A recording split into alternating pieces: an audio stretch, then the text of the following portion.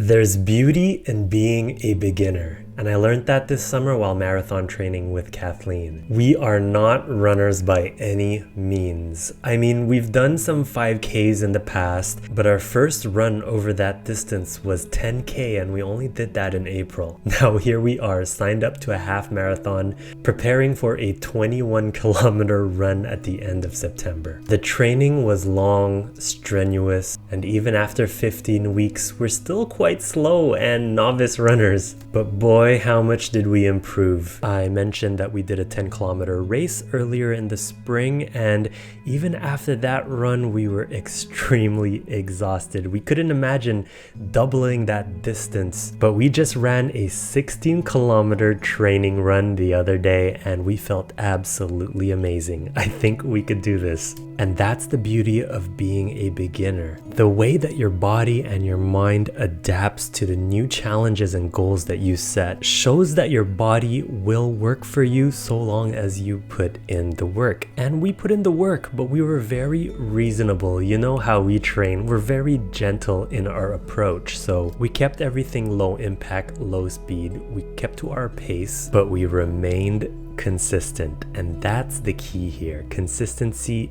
is always the key. Kathleen and I always labeled ourselves as non-runners. She enjoys her bodybuilding and I enjoy my calisthenics, which is body weight workouts. But of course, as we preach, it's important to step out of our comfort zone from time to time. And a marathon has always been something on my bucket list, but to be honest, it's daunting. It's scary to think to run that distance. And that's where the beauty lies, when you turn your fear into an actual challenge. Now, we haven't crossed the finish line just yet, but I'm so proud of how far we've come in just the last few months. And I know that you can do that too. And I'm not even talking about marathon training. Give yourself a goal, give yourself a challenge, and start chipping at it. Commit, stay consistent, and you'll be amazed at what you can actually accomplish. You're stronger than you think, you have more stamina than you think, you're faster than you think, you're more flexible, you're more agile. You have it in you. You just need to summon it and practice. I invite you to explore what you haven't done before. It doesn't even have to be related to fitness. Do something that you always wanted to do, but just didn't have the guts to do it, or you have actual valid reasons you're not able to do it. Find a way to get it done, because once you unlock it, it's like finding a superpower.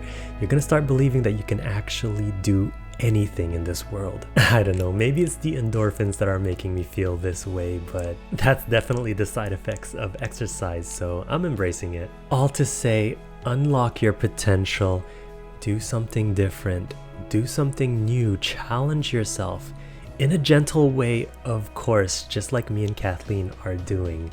We're not going for time in this marathon, but we discovered something about ourselves that for a long time we thought we could never do.